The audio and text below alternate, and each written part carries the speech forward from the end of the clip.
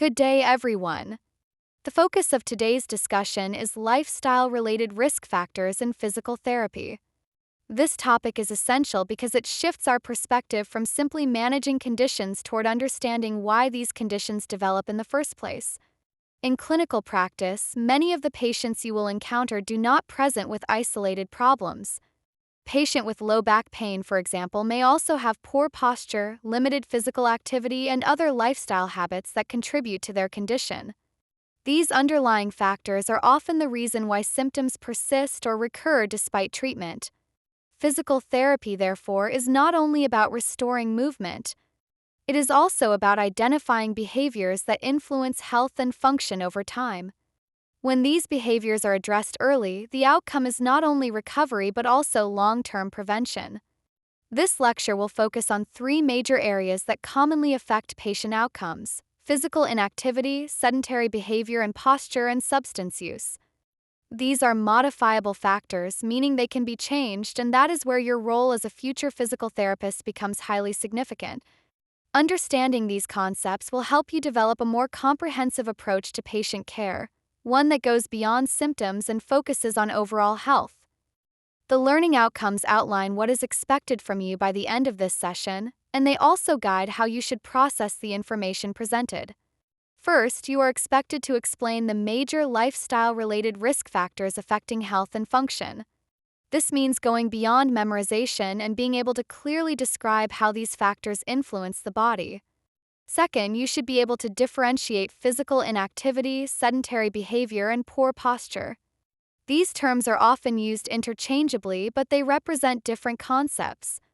Understanding their distinctions is important for accurate assessment and intervention. Third, you will describe the physiological and biomechanical effects of these risk factors. This involves understanding what changes occur in the cardiovascular system, muscles, and joints when unhealthy behaviors are present over time. Fourth, you are expected to analyze how lifestyle habits influence rehabilitation outcomes. This is particularly important in clinical reasoning. Two patients with the same diagnosis may progress differently depending on their lifestyle. Finally, you should be able to apply physical therapy strategies to address these risk factors. This is where knowledge becomes practical. As clinicians, your role is not limited to identifying problems. You must also guide patients toward sustainable changes that improve their overall health. These outcomes reflect the broader goal of physical therapy, which is not only to treat but also to promote long-term wellness. Lifestyle-related risk factors significantly influence long-term health outcomes, functional independence, and rehabilitation success. This statement highlights the central theme of the lecture. Health is not determined solely by genetics or medical conditions. Daily behaviors such as activity levels, posture, and substance use play a major role in shaping how the body functions over time.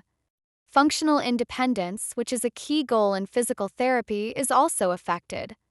A person who maintains an active lifestyle is more likely to perform daily activities efficiently compared to someone who is sedentary. Rehabilitation success is another important aspect. Patients who engage in healthy behaviors tend to respond better to therapy.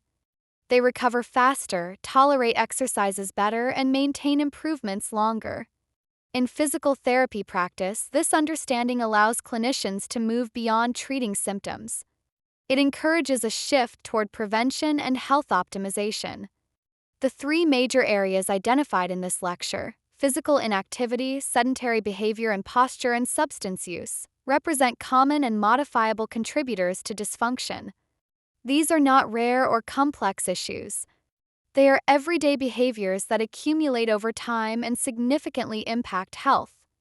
Recognizing these factors early allows for more effective intervention and better patient outcomes. Lifestyle-related risk factors are among the leading contributors to non-communicable diseases, including cardiovascular disease, diabetes, and musculoskeletal disorders. These conditions are highly prevalent and frequently encountered in rehabilitation settings. For a physical therapist, this means that many patients already present with underlying conditions influenced by lifestyle. These conditions affect not only the primary complaint but also the patient's ability to participate in therapy.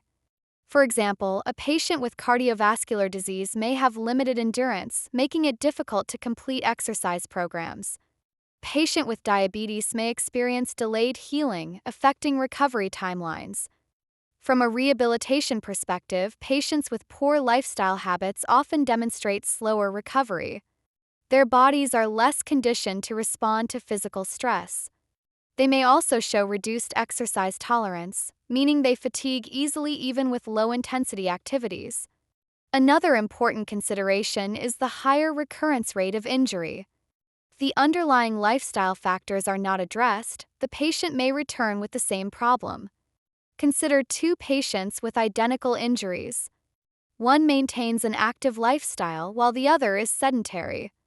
The active patient is more likely to recover efficiently because their body is already adapted to movement and physical stress.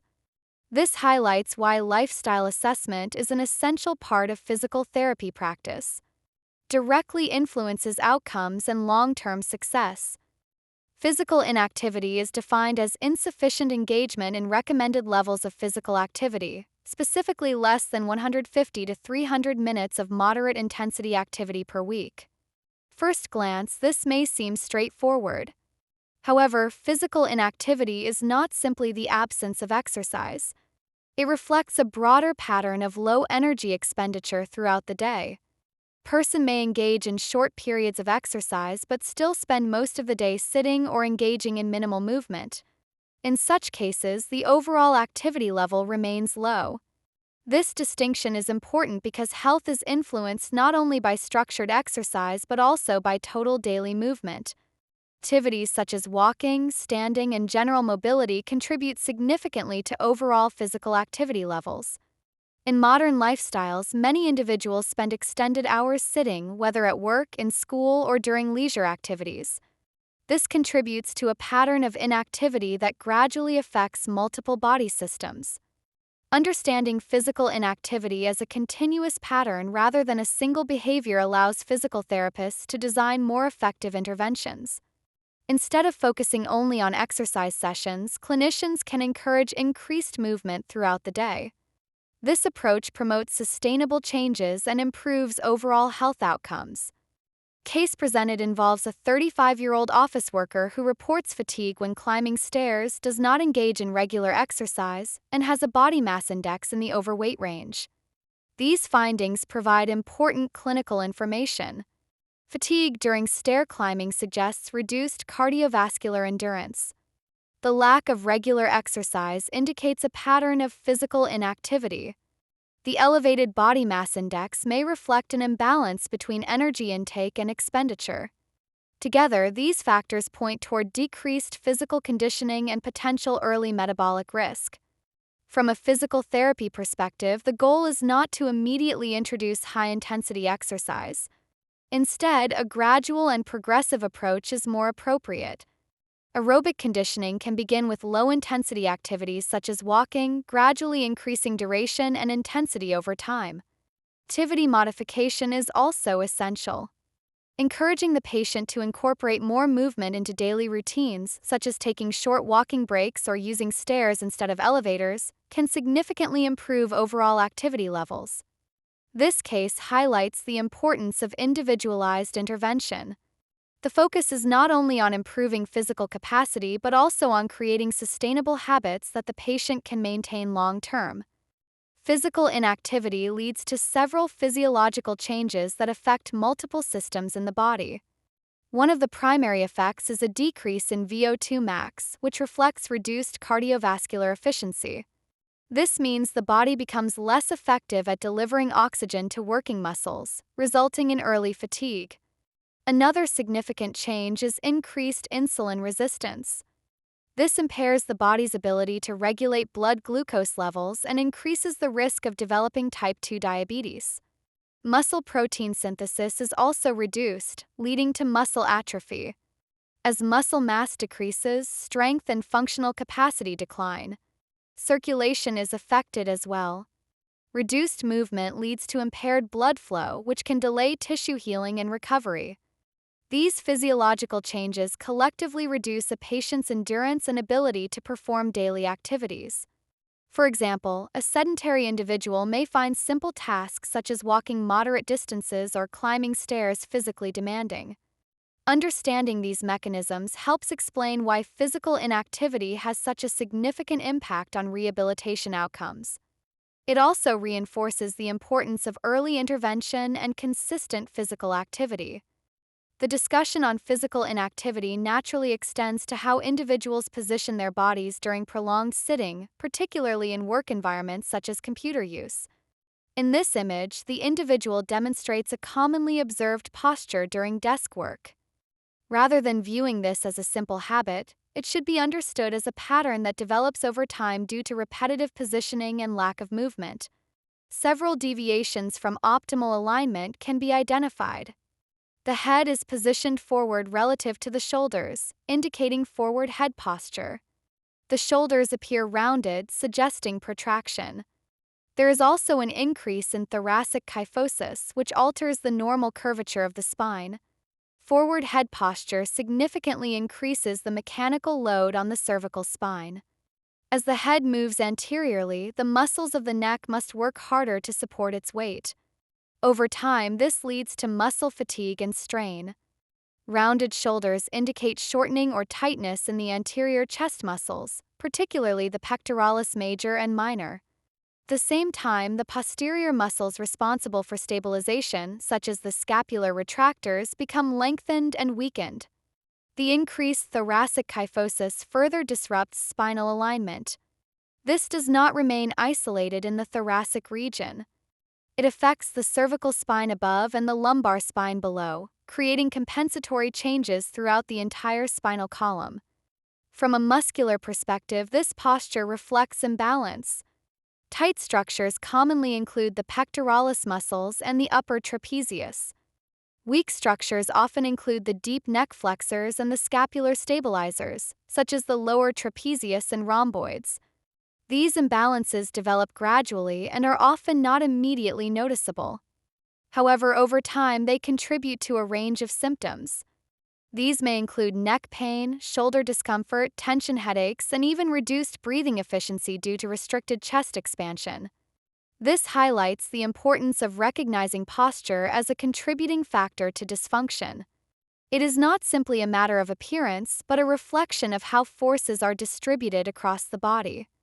Before implementing any intervention, it is essential to identify these deviations and understand their functional consequences.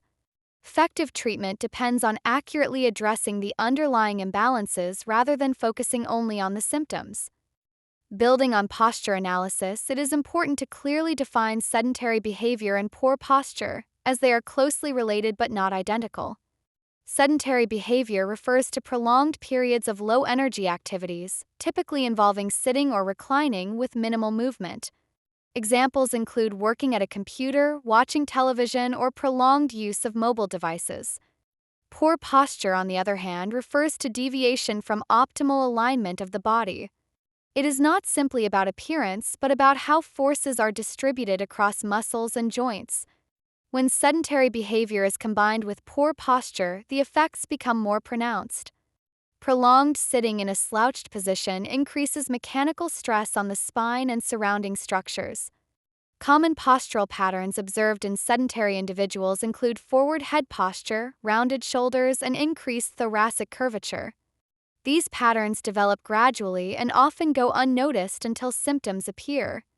Common example is a student or office worker who spends several hours using a laptop.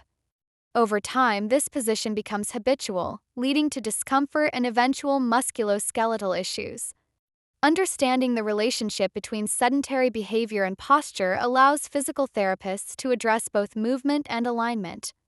Interventions should not only focus on correcting posture but also on reducing prolonged sitting and encouraging regular movement.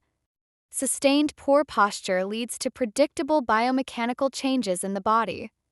These changes are not random. They follow consistent patterns based on how the body adapts to prolonged positioning. Muscles that are held in shortened positions tend to become tight. In the case of poor posture, this often includes the pectoralis muscles and the upper trapezius. At the same time, muscles that are underused or elongated tend to weaken.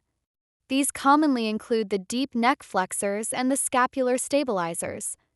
This imbalance disrupts normal movement patterns and increases stress on joints.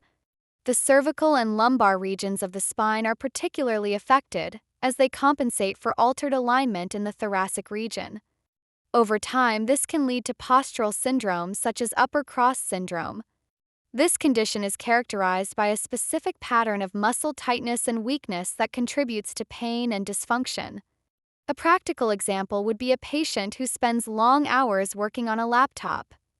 They may initially experience mild discomfort, which gradually progresses to chronic neck or shoulder pain. Understanding these biomechanical effects is crucial for designing effective interventions. Treatment should aim to restore balance by stretching tight muscles, strengthening weak ones, and correcting movement patterns. This reinforces the idea that posture is not simply a static position but a dynamic interaction of multiple structures. Shifting from musculoskeletal factors, the discussion now moves to lifestyle behaviors that affect physiological function, beginning with smoking. Smoking introduces harmful substances into the body that interfere with normal physiological processes. One of the primary effects is reduced oxygen delivery. Carbon monoxide from smoke binds to hemoglobin, limiting the amount of oxygen transported to tissues. Smoking also causes vasoconstriction, which reduces blood flow. This limits the delivery of nutrients and oxygen necessary for tissue repair. Additionally, smoking impairs collagen synthesis, which is essential for healing. This directly affects recovery from injuries and surgical procedures. In a rehabilitation setting, these effects become highly relevant. Patients who smoke often experience delayed wound healing, reduced endurance, and decreased exercise tolerance. For example, a patient recovering from surgery may take longer to heal if they smoke regularly. They may also fatigue quickly during therapy sessions, limiting progress. These factors highlight the importance of addressing smoking as part of patient management. Physical therapists play a role not only in treatment but also in educating patients about how lifestyle behaviors impact recovery. Case presented involves a post-surgical patient who smokes and demonstrates delayed wound healing and low exercise tolerance. This scenario illustrates how smoking directly affects rehabilitation outcomes. The delayed healing is primarily due to reduced blood flow and impaired oxygen delivery. Low exercise tolerance can be attributed to decreased cardiovascular efficiency and reduced oxygen availability in tissues. Nicotine-induced vasoconstriction further compounds these issues by limiting circulation. In managing this patient, it is important to monitor fatigue levels closely. Exercise intensity may need to be adjusted to match the patient's tolerance. Equally important is patient education. Explaining the impact of smoking on recovery can help patients understand why their progress may be slower and encourage behavior change. This case emphasizes the need for a holistic approach to treatment, where lifestyle factors are considered alongside physical impairments. Another lifestyle factor that significantly affects rehabilitation is alcohol use. Alcohol acts as a depressant on the central nervous system. This results in impaired coordination, slower reaction times, and decreased balance. These effects increase the risk of falls, particularly in older adults. Chronic alcohol use can also lead to peripheral neuropathy, further affecting sensation and motor control. In a rehabilitation context, these impairments can interfere with a patient's ability to perform exercises safely and effectively. Patients may also have difficulty following instructions or maintaining consistency in therapy sessions. This can limit progress and increase the risk of injury. For example, a patient with balance deficits related to alcohol use may require additional supervision during exercises to prevent falls. Understanding these effects allows physical therapists to modify interventions and prioritize safety while addressing the underlying issues. Case presented involves an older adult with frequent alcohol intake who has a history of falls and balance deficits. This situation highlights the direct relationship between alcohol use and functional impairment. Patients' balance deficits are likely due to impaired coordination and delayed reaction times. A history of falls indicates an increased risk of further injury, making this a priority concern in rehabilitation.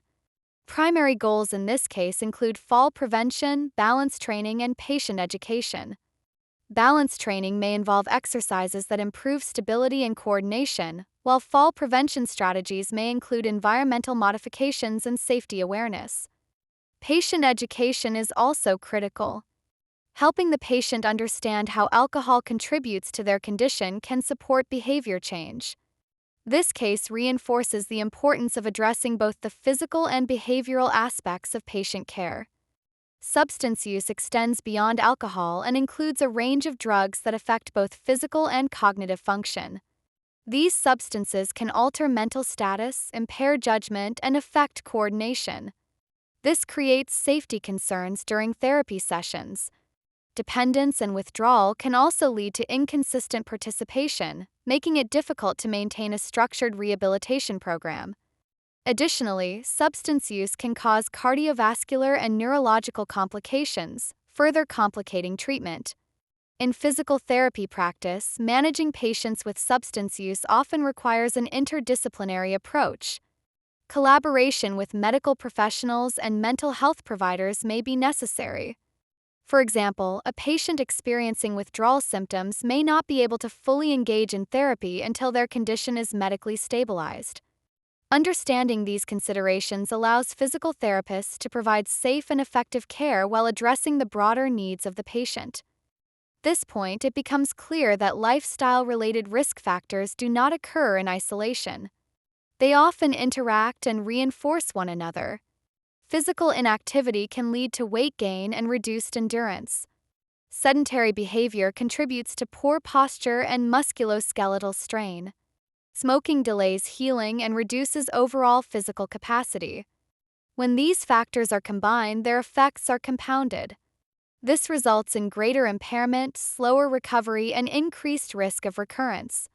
For example, a sedentary individual who smokes may experience both reduced endurance and delayed healing, making rehabilitation more challenging.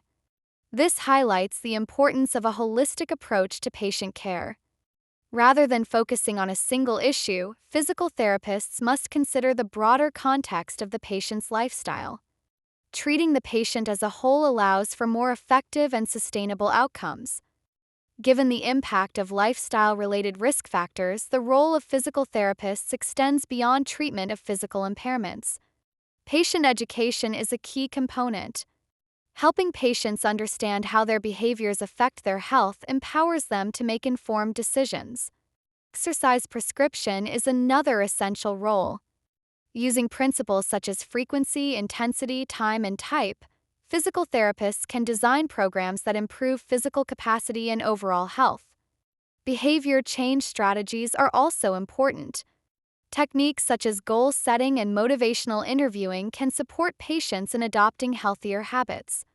The ultimate goal is not only recovery from injury but also long-term health promotion and disease prevention.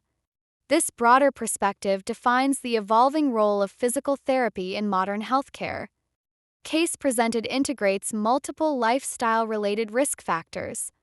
Patient has a sedentary lifestyle, poor posture, and occasional smoking. This combination reflects a common clinical scenario where multiple factors contribute to dysfunction. The approach to management should address each of these factors. Postural correction exercises can help restore alignment and reduce strain. Gradual progression of physical activity can improve endurance and overall conditioning. Lifestyle counseling can address smoking and other behaviors. An important consideration is sustainability. Interventions should be realistic and tailored to the patient's daily routine. For example, encouraging short, frequent movement breaks during work hours may be more effective than prescribing a complex exercise program that the patient cannot maintain. This case demonstrates the importance of integrating multiple strategies to achieve comprehensive care. The discussion concludes by reinforcing the key concepts presented. Lifestyle behaviors significantly influence disease development, functional capacity, and rehabilitation outcomes. These factors are not secondary considerations, they are central to patient health. The major risk factors discussed include physical inactivity, sedentary behavior, and poor posture and substance use. Each of these contributes to dysfunction in different ways, but they often interact to produce more significant effects. For physical therapists, addressing these factors is essential for effective practice. Treatment should not be limited to symptom management. It should include strategies that promote healthier behaviors and prevent recurrence. Ultimately, physical therapy is not only about restoring movement, it is about improving quality of life and supporting long-term health. A patient's recovery does not end when pain is reduced or function is restored. It continues through the habits they carry into their daily lives. As future physical therapists, your role is to guide patients toward choices that sustain their health beyond the clinic, ensuring that the outcomes you achieve are not temporary but lasting.